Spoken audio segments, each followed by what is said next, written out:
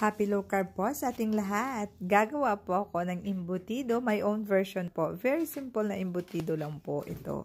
So ayan guys, kailangan kong cheese, shredded cheese, meron akong almond powder, meron akong turkey's fillet, tapos red meat na giniling na karne, at saka syempre meron tayong shredded cheese. So kailangan natin, lagay natin itong red meat, yung ating giniling na karning baka, tapos lalagyan na rin natin ito ng shredded cheese, at saka i-roll na po natin ito. Kailangan natin yung plastic na yan guys, para pag roll natin ay firm yung pagka-roll natin. So ayan guys, nakita nyo siya.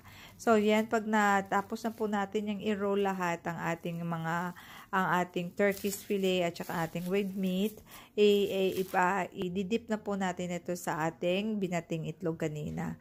Tapos i-roll po natin ito sa ating almond flour. Yan, para low carb po. Tapos, ang ating pinaprituan po dito ay ang ating olive oil. Kailangan po, low fire lang siya kasi, or medium fire pa kasi pag high fire po siya, masusunog po. Madali po masunog ang ating oil. So, ayan, balik ta rin lang po natin ito. Huwag natin kakaligtaan na balik ta rin kasi baka masunog. Mas maganda pala pag thick po yung ang ating turkey's fillet, o di kaya pwede din ang ating chicken fillet po yan, ang kanyang chicken breast.